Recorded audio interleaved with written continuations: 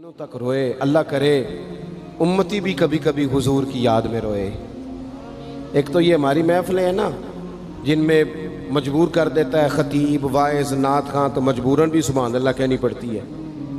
کاش کبھی گھر میں بیٹھے بیٹھے بھی دل کرے اور ہم کسی نعت خواں کے دروازے پہ اسپیشل جا کے دستک دیں اور اسے کہیں دل بڑا پریشان ہے، مدینے والے کی کوئی نعت تو سنا. کبھی ایسا بھی ہونا کہ گھر میں پیسے نہ ملنے پہ تو ٹینشن ہوتی ہے، اور کوئی مقدمہ آ جائے تو پریشانی ہوتی ہے، لڑائی ہو جائے تو ہوتی ہے. کبھی یوں بھی تو ہونا رات کو ابا جی رو رہے ہوں بستر پہ اور بڑا رو رہے ہوں اور تڑپ کے رو رہے ہوں، بچے آ کے اماں سے پوچھیں کیا مسئلہ ہے ہمارے ابا کو، کوئی پریشانی ہے، کوئی ڈاکٹر کو بلائیں، کوئی دکھ ہے. اماں کہتی ہے جاؤ تمہارے والی بات نہیں. بچے اصرار کر کے کہتے ہیں نہیں اماں بتا تو صحیح مسئلہ کیا ہے. تو اماں ٹھنڈی آہ بھر کے کہتی ہے پتر تمہارے باپ کو نا نبی پاک کا مدینہ یاد آتا ہے، جنوں ویکھ کے ٹھردیاں اکھیاں نے تے جنوں ویکھ کے ٹھردا سینہ ہے. ربا تیری ساری خدائی چ ایک ہی تے شہر مدینہ ہے. پیسے جتنے آگے جی انہیں بڑے نے انہاں سٹیو تہاڈی مہربانی. اسی کڈی سمجھدار قوم آ، پہلے آپ ہی کھلاری دینے پھر آپ ہی کٹھی کری دینے. کیسی بات ہے. غوث پاک کی محفل میں لوگ بندے گنتے تھے، توبہ کس کس نے کی. ہماری محفلوں میں لوگ نوٹ گنتے ہیں اور اسپیشل بندے رکھے ہوئے نوٹ گننے کے لیے. بس کریں یار، چھوڑ دیں، بڑا ہو گیا یہ کام ہماری. سنیں جی سنیں، اللہ خوش رکھے، اللہ آپ کو خوش رکھے.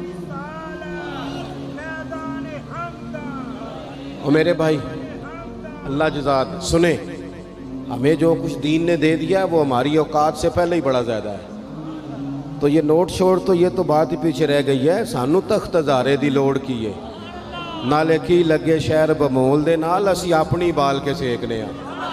سانو کی لگے کسی اور دے نال. یہ چھوڑ دیں یہ کام، یہ کوئی اتنا مناسب نہیں لگتا. اللہ جزائے خیر دے. آپ توجہ کریں کہ عرض کر رہا ہوں. تو شدید حضور سید عالم صلی اللہ علیہ وسلم رو رہے ہیں آزمائش میں. امت کی آزمائش کو دیکھ کر حضور رو رہے ہیں کہ امت آزمائش میں. حضرت جبریل نے جا کے عرض کی یا رسول اللہ وہ جو خاص حساسیت ہے نا حضور کی طبیعت میں امت کے حق میں، اس کے لیے حضور رو رہے ہیں. تو رب کریم نے کیا پیغام دیا؟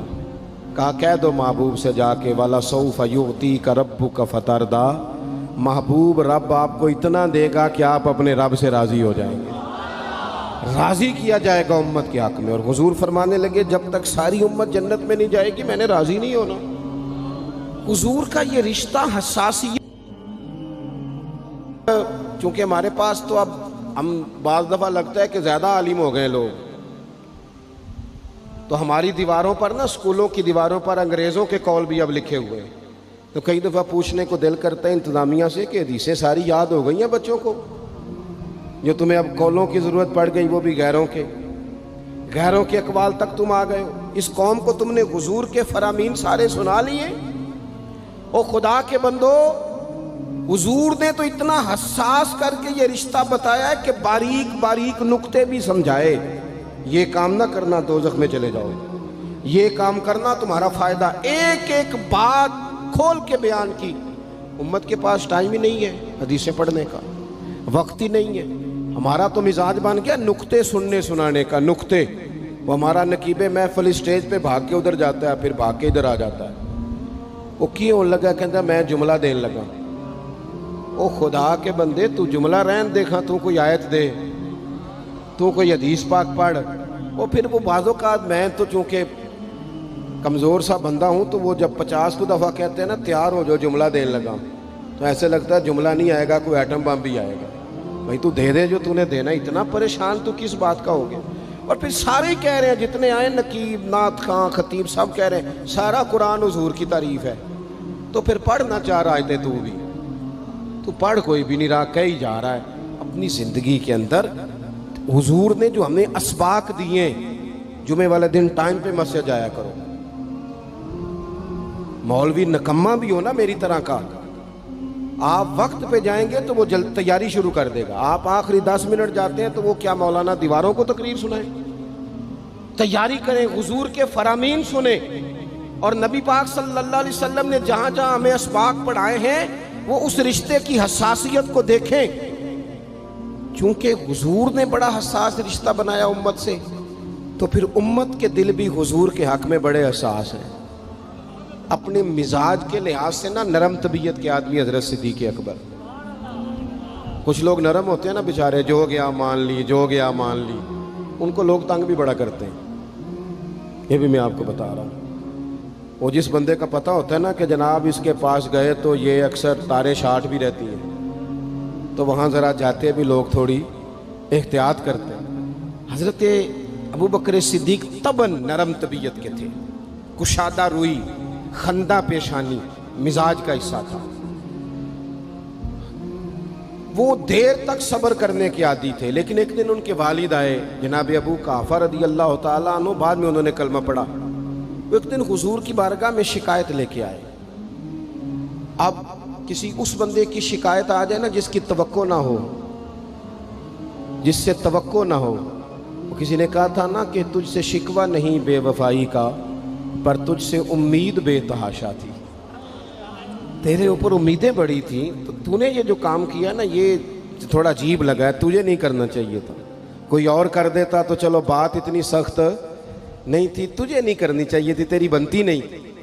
حضرت صدیق اکبر طبی طور پر نرم آدمی، لیکن ان کے والد آئے حضور کی بارگاہ میں، اور بزرگ ہیں اور نابینا ہیں اور لاٹھی تھامے ہو، اور انہوں نے بڑی عجیب بات کی، کہا یا رسول اللہ حد ہو گئی، آج تو ابو بکر صدیق نے مجھے تھپڑ مارا ہے، تھپڑ مارا ہے۔ یہ ابھی وہ مسلمان نہیں تھے، شکایت آئی، کریم محبوب علیہ السلام کے گرد جتنے لوگ کھڑے تھے محو حیرت ہو گئے کہ ابو بکر صدیق یہ کام کریں گے۔ حضور نے فرمایا بلاؤ نا جناب صدیق کو، حاضر بارگاہ ہو گئے، ہاتھ باندھے، نظر جھکائی ہے۔ حضور نے فرمایا ابو بکر لوگوں کو تو یقین ہی نہیں آ رہا، تم نے تھپڑ مارا باپ کو؟ خاموش کھڑے، خاموش۔ کریم نے فرمایا ابو بکر سن رہے ہو میں نے کیا کہا، باپ کو مارا ہے؟ چپ کھڑے۔ تیسری دفعہ حضور نے فرمایا بولتے کیوں نہیں؟ انہوں نے نا گردن اٹھائی، آنسو ٹپ ٹپ داڑھی پہ گر رہے، رو کے عرض کرنے لگے یا رسول اللہ باپ سے کہیں خنجر لے کے میرا گلا کاٹ دے، میں سی نہیں کروں گا، پر اس نے نا آج آپ کے بارے میں بات کی ہے، آپ کی شان اقدس کے بارے میں کچا جملہ بولا ہے، آپ کے بارے میں کمزور بات کی ہے۔ یا رسول اللہ میں سارا کچھ سہ سکتا ہوں، پر آپ کا اور میرا رشتہ، حضور آپ کی اور میری بات، تن تندور تے ہڈیاں بالن، اسی ہاواں نال تپایا، کپ کپ مکیاں پیڑے کیتے، اتوں عشق پلیتھن لایا، تن دا سالن تے من دی ہانڈی، لون صبر دا پایا، غلام فریدہ میں ساری تیری، تین وجہ یقین نہیں آیا؟